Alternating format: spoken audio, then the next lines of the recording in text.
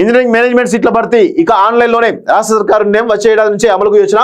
డొనేషన్ల దందాకు check పెడతామని ఇటీవల CM ప్రకటన.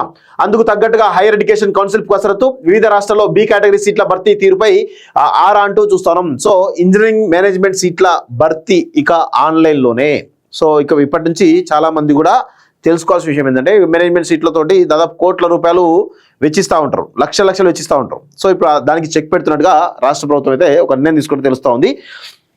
ప్రైవేట్ ఇంజనీరింగ్ కాలేజీలో మేనేజ్మెంట్ బి కేటగిరీ కోటా సీట్ల అమ్మకాలకు ఫుల్ స్టాప్ పెట్టాలని రాష్ట్ర సర్కార్ నిర్ణయించింది.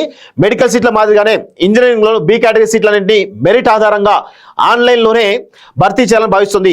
ప్రైవేట్ కాలేజీల డొనేషన్ల దందాకు చెక్ పెడతామని ఇటీవల సీఎం రేవంత్ రెడ్డి ప్రకటించడంతో అందుకు తగ్గట్టుగా హైయర్ ఎడ్యుకేషన్ కౌన్సిల్ అధికారులు కసరత్తు ప్రారంభించారు. వచ్చే విద్యా సంవత్సరం నుంచి కొత్త విధానం అమలు చేసేందుకు సమాలోచనలు చేస్తున్నట్టుగా అర్థమవుతా ఉంది. రాష్ట్ర వ్యాప్తంగా 172 ఇంజనీరింగ్ కాలేజీలు ఉండగా మొత్తం 1.15 లక్షల సీట్లున్నాయి. వీటిలో 151 ప్రైవేట్ కాలేజీల పరిధిలోనే సుమారు 1,00,000 వరకు సీట్లున్నాయి. ఇందులో 30% అంటే 30,000 సీట్ల వరకు మేనేజ్మెంట్ కోటా కింద కాలేజీల యాజమాన్యాలు భర్తీ చేసుకున్నాయి. నిబంధనల ప్రకారం ఈ సీట్లకు కన్వీనర్ కోటా ఫీజులు వసూలు చేయాలి. కానీ పేరెంట్స్ స్టూడెంట్ల బలహీనతను దృష్టిలో పెట్టుకొని కొన్నేళ్లుగా పలు ప్రైవేట్ ఇంజనీరింగ్ కాలేజీలు కంప్యూటర్ సైన్స్ దాని అనుబంధ కోర్సుకు భారీగా డొనేషన్లు వసూలు చేస్తున్నాయి. పేరున్న కాలేజీలు ఏకంగా ఒక్కో సీటుకు 10 లక్షల నుంచి 20 లక్షల దాకా గుంజుతున్నాయి.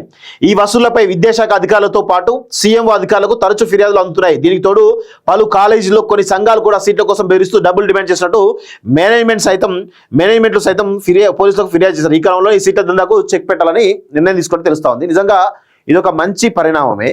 ఇలాంటివి తీసుకుంటేనే కార్పొరేట్ విద్యా వ్యవస్థకు చెక్ పెట్టినట్టు అవుతుంది. సో సీఎం ఆగ్రహంతో మొత్తానికైతే ఇంజనీరింగ్ సంబంధించినటువంటి కన్వీనర్ కోటా సీట్లు మేనేజ్మెంట్ సీట్ల భర్తీ అవుతుందో అది కూడా ఆన్లైన్లో పెడుతున్నట్టుగా చాలా స్పష్టంగా తెలుస్తూ ఉంది. అది ఎట్లా అంటే మెడికల్ కాలేజీలో కన్వీనర్ కోటాతో పాటు మేనేజ్మెంట్ కోటా ఎంబీబీఎస్ సీట్లు కూడా హెల్త్ యూనివర్సిటీలోనే భర్తీ చేస్తుంది. ఈ విధానంలో ఎలాంటి డొనేషన్ లేకుండా నీట్ ర్యాంకుల ఆధారంగానే సీట్లు అలాట్ చేస్తుంది. నీట్ ర్యాంకులు ఉంటేనే కౌన్సిలింగ్లో పాల్గొనేలా కఠినంగా తీసుకున్నది. ఇదే విధానాన్ని ఇంజనీరింగ్ సీట్ల భర్తీలను అమలు చేయాలని విద్యాశాఖ అధికారులు భావిస్తున్నారు. ప్రస్తుతం వెబ్సైట్లో ర్యాంకు రాకపోయినా మేనేజ్మెంట్ కోటాలో సీట్లు పొందుతున్నారు. కానీ మెడికల్ అడ్మిషన్ల విధానం అమలు చేస్తే ర్యాంకు ఉన్న వారికే మేనేజ్మెంట్ కోటాలో సీట్లు పొందే అవకాశం ఉంటుంది. తద్వారా క్వాలిటీ ఎడ్యుకేషన్ ప్రోత్సహించినట్టు అవుతుందని అధికారులు భావిస్తున్నారంటూ చూస్తున్నాం. సో ఇలా చేయడం మంచిదే.